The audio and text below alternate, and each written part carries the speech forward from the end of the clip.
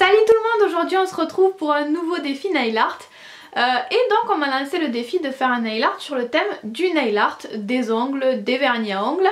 Donc moi j'ai décidé de vraiment me centrer sur les vernis à ongles puisque c'est quelque chose que je voulais faire depuis longtemps.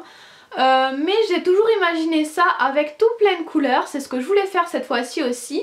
Mais en fait quand j'ai ouvert mes tiroirs de vernis, j'ai été particulièrement attirée par mes vernis roses parce que j'ai beaucoup de vernis roses. Et comme je voulais plein de textures différentes, j'ai trouvé plein de choses dans mes roses, plein de très jolis vernis. Donc je n'ai pas pu résister à l'appel de mes sublimes vernis et j'ai tout fait en rose. Je pense que c'est pas forcément le meilleur des choix, mais en tout cas je me suis fait plaisir. Donc je reste quand même sur l'idée que ce nail art peut être plus sympa avec plein de couleurs.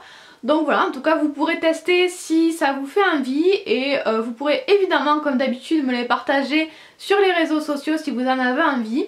Donc voilà, je vais tout de suite vous laisser avec la vidéo. Donc j'ai commencé par poser ma base et un vernis de couleur de votre choix. Ensuite je vais utiliser plein de jolis vernis à paillettes, à reflets, à effets.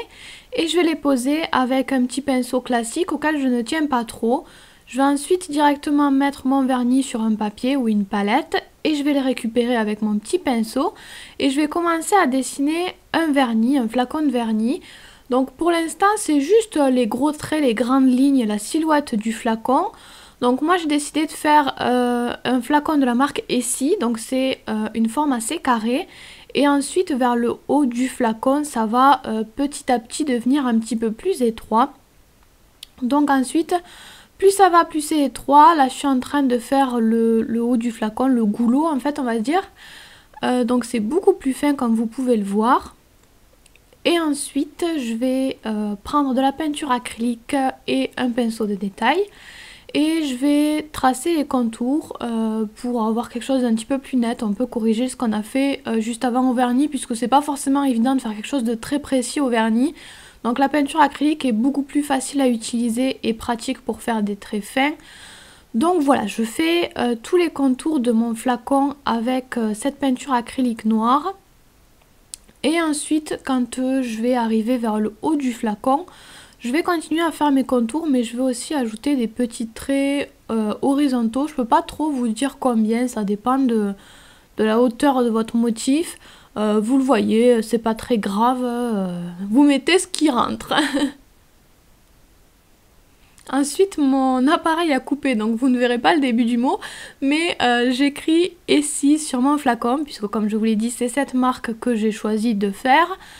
Donc voilà, vous écrivez ce que vous voulez ou vous n'êtes même pas obligé d'écrire quelque chose sur le flacon d'ailleurs.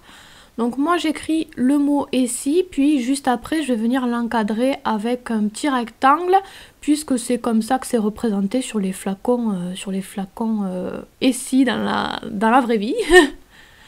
Et donc ensuite j'ai décidé de faire un pinceau aussi, donc je commence à faire la tige, la base du pinceau avec de la peinture blanche.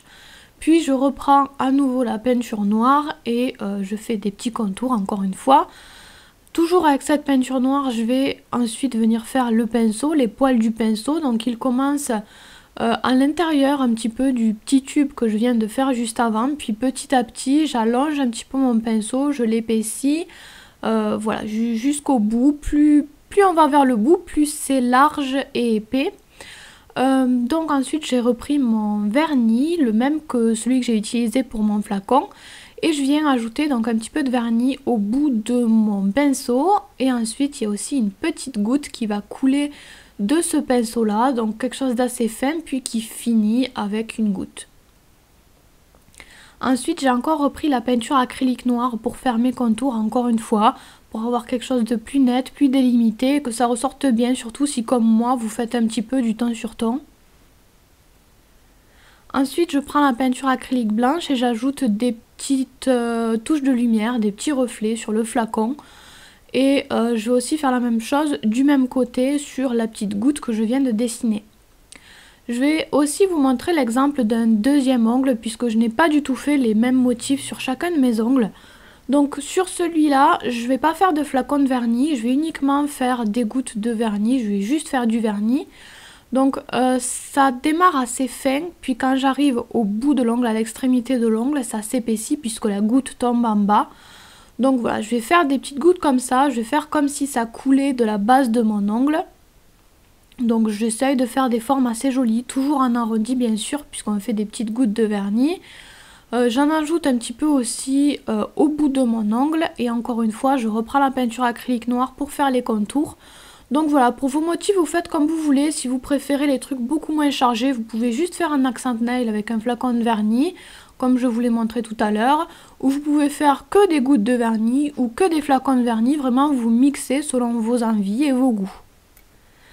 Et donc ensuite, comme d'habitude, je vais poser mon top coat pour que ça dure plus longtemps et que ça brille bien. Voilà donc pour ce défi, vous pouvez encore m'en lancer un nouveau par commentaire sous cette vidéo si vous le souhaitez. Pour vous rappeler un petit peu le principe, un défi par commentaire. Et moi je vous laisserai quelques temps pour poster vos commentaires. En général je laisse 2-3 semaines on va dire. Ensuite je sélectionne le commentaire qui a eu le plus de petits pouces bleus. C'est pour ça que c'est aussi important que vous mettiez les petits pouces bleus, les petits j'aime sur les défis que vous appréciez. Et ensuite, une fois que c'est fait, je réalise le défi quand j'ai le temps et je vous poste ça. Je vous tiens toujours au courant sur Twitter de quand je vais faire les défis, etc. Donc n'hésitez pas à vous abonner à Twitter si jamais ça vous intéresse. Et puis moi, je vous fais tout plein de bisous. Bye bye! Vous pouvez vous abonner à ma chaîne, me suivre sur mon blog ou les réseaux sociaux, les liens sont en barre d'infos. Vous pouvez aussi cliquer sur l'image si vous avez envie d'en voir plus.